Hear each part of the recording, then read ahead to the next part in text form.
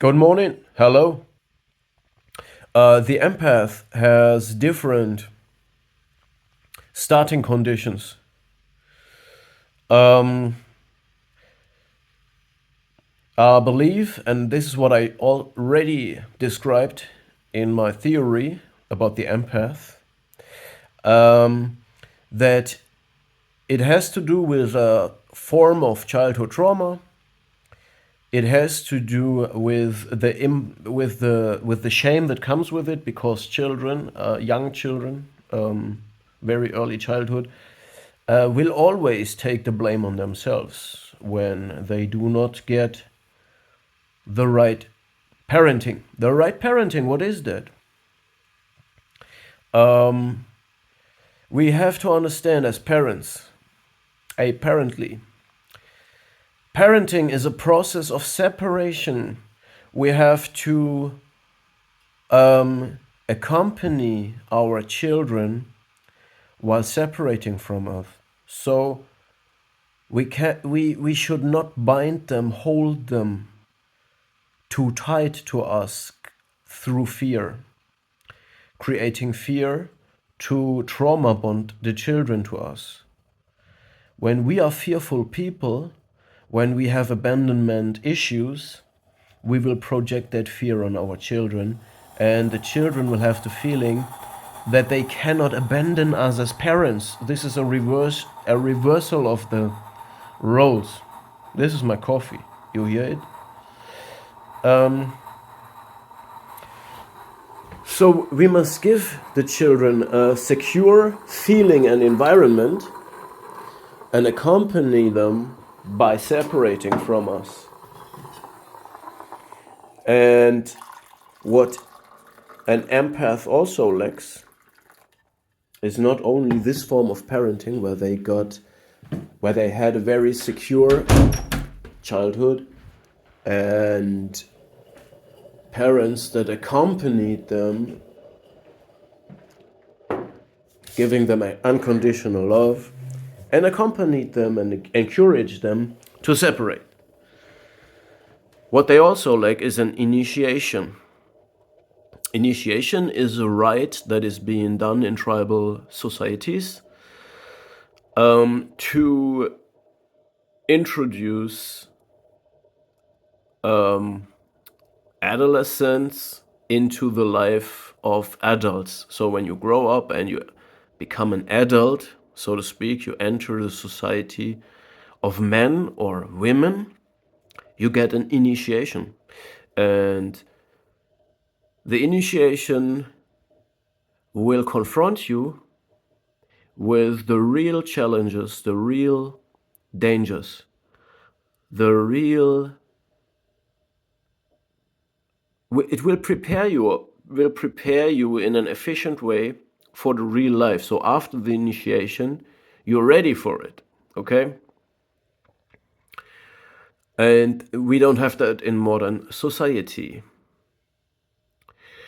Going back to the parenting, okay?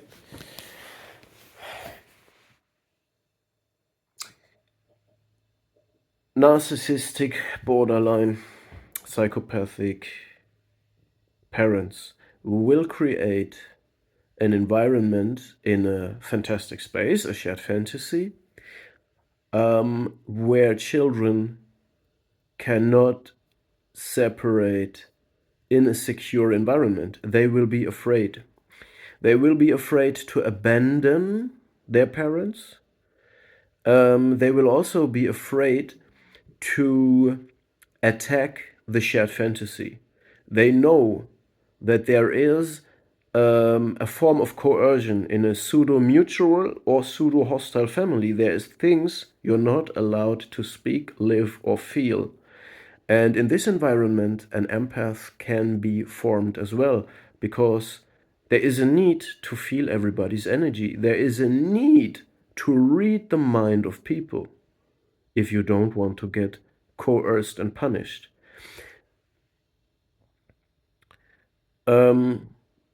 Therefore, I see a picture that fits to empath as well, and that is the picture or the archetype of the octopus. because these animals are intelligent. Um, they have several brains, and it's maybe an analogy for what you can do with emotional intelligence. The octopus can fit in, and he can mirror, and he can do all kinds of things in between. They can um, form themselves in all kinds of shapes and colors in order to solve situations, and they're actually creative with it. They don't rely on instinct. They also play. They play. They mirror other fish just for to see what can I find a solution? Can I get something from it? So they are creative, they are playful, and they are intelligent. And this helps them to maneuver. An octopus is not super fast, it's not super strong, it has no superpowers if you compare it to sharks, moray eels, other fish. He cannot compete with them in any way, yet they are super successful, and the future belongs to them.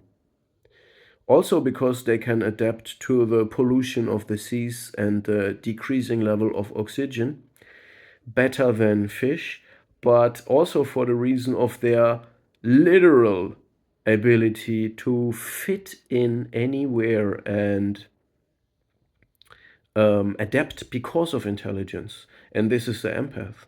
So this is my picture that I get, all right?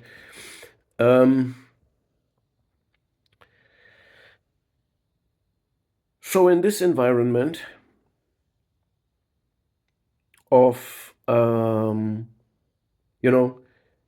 have to say one more thing about these, about narcissistic dysfunctional parents. These people think about love as something in the first place that they have to receive, not give. They also connect to love the idea of property, of possession, and coercion, and the exhibition of power. Okay? And this all creates separation problems with the children. Love is is is different for a narcissist or a psychopath. Real love is completely counterintuitive. They don't know what it is. It means it's something that you give, in this case to your child, in a really unconditional way to support the child to go away into the world, to separate from you. And in a shared fantasy, love is perverted into something that has to be returned to the narcissistic head of the family cult through coercion, through the shared fantasy. The shared fantasy is a space, a fantastic space, where the narcissistic, dysfunctional, codependent heads, cult leaders, exercise power to to co-opt, to force others, to coerce others to comply to their idea of how they should be idealized. And if you do not comply, you get punished, ostracized, get a silent treatment, or whatever. And this creates fear and anxiety. So, because these people have abandonment anxiety, they create fear and ultimately the same anxiety in the children. Therefore, the children can separate, and therefore, there is a huge danger of the children to become narcissists, psychopaths, borderliners, or empath as well.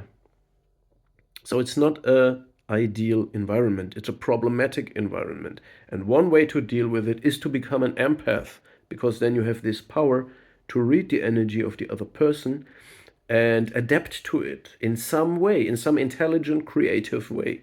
This is where the high sensibility, the uh, highly sensitive person energy of the empath comes from, as well as where the high emotional intelligence comes from. It has been necessary. The empath has trained this from early childhood, the same way as a narcissist trained manipulation in other ways, like tuning the story a little bit, making, you know, the narcissist is always tipping the odds, is manipulating reality because it's a fantasy. It's a fantasy, so it can be manipulated through the magic of the narcissist's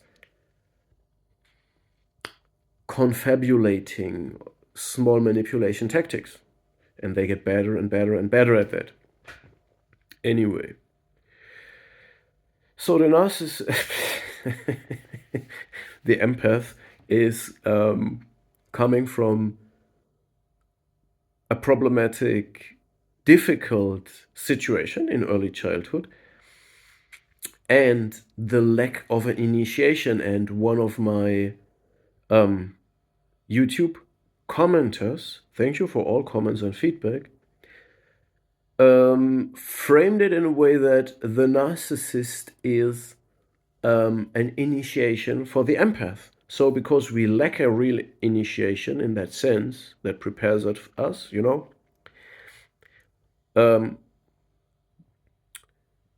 what I could offer is an initiation package for empath. Included would be education about the cluster Bs that are magically drawn to the empath.